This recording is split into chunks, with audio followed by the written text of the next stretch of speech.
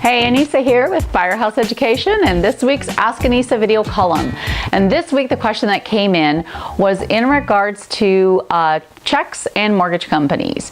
And the question was, how do I handle a situation when I have a check come in and the mortgage lien holder's name is on the check? There's a few things. One, I definitely hope that long before that check has ever showed up in your mailbox, that you already know that there's going to be a mortgage or a lien holder on that check. The way that you would find that out would be to ask the adjuster that's on the claim with you. Most people these days have a mortgage holder. So if you're doing just content cleaning or mitigation work, they do not generally put a lien holder on those checks. When it comes to the content cleaning, it has nothing to do with the lien holder, right? Because it's the person's personal belongings. So those checks are usually okay.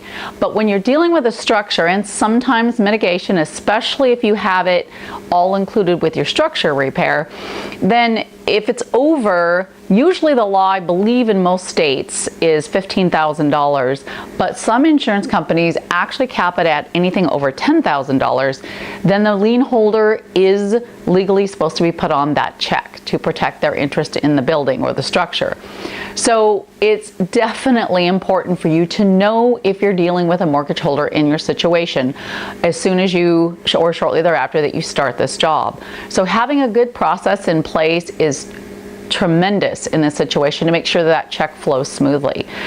Depending on the mortgage or lien holder, mortgage company or lien holder, they have different ways of handling this. They may want an inspection. They may want a copy of your invoice or your scope of repairs. They may actually want to see a copy of the contract that the homeowner has signed with you. They may want to have periodic inspections depending on the size of the loss. They may only need a final inspection. Inspections are generally done by outside companies, so they have to call and schedule them. So knowing all of this in advance is huge, because then at your proper timelines, you know when to call 5 days in advance to be able to get an inspection so that you can get your funds freed up. Now, let's say you're dealing with just one check that is going to be released all at once, whether, $15,000, $20,000, $30,000 check, and it's going to be released at once. There's usually several steps in the process you'll need to do to handle that. Each lien holder, as I said, can have their own set of paperwork that they want you as the contractor to fill out and get back to them. Find out what that is ASAP. Find out your contact person for that mortgage company so that you can get that paperwork, fill it out, and get it back to them right away.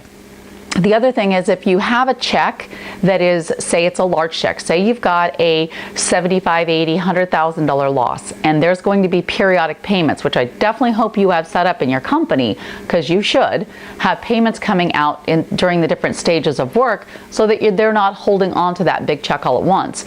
Then you're going to have to do some releases on that check. It's going to go into a fund account, like a holding account, and then you're going to get payments out on that, and there may be some different particular things that you need to do and staged out inspections to be able to get those portions released. But it's up to you, and very important that you be in control of this entire process, okay? And again, it depends on the mortgage holder and the lien holder, the size of the check, and then again, the type of work. Now, I have had some insurance companies that were going to put a lien holder on a content cleaning check, and I had to stop that process very quickly and remind them that these were personal belongings, had nothing to do with the mortgage that was on the home.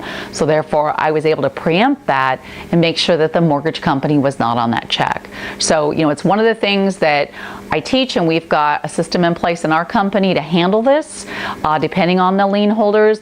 And there can definitely be some nuances here with handling the particular person who's your contact person at the mortgage company, and making sure that, you get things done and sign things in the proper time. You want to be very, very, very careful about signing your rights away to that check. And in some instances, I would recommend against you doing that so that you have some protection. As soon as you sign away your rights on that check, you don't have any recourse or control over that money at that point. So that is something I really want you to think about. All right, well, I really hope that answered your question and you found the video valuable. I want to thank you all so much. I have gotten so many emails lately with questions, and it's just great. And please keep them coming. You know that email address, anisa@firehouseeducation.com. Send them on into me, and I just might feature your question on Ask Anisa video column. Until then, I'll see you on the next video.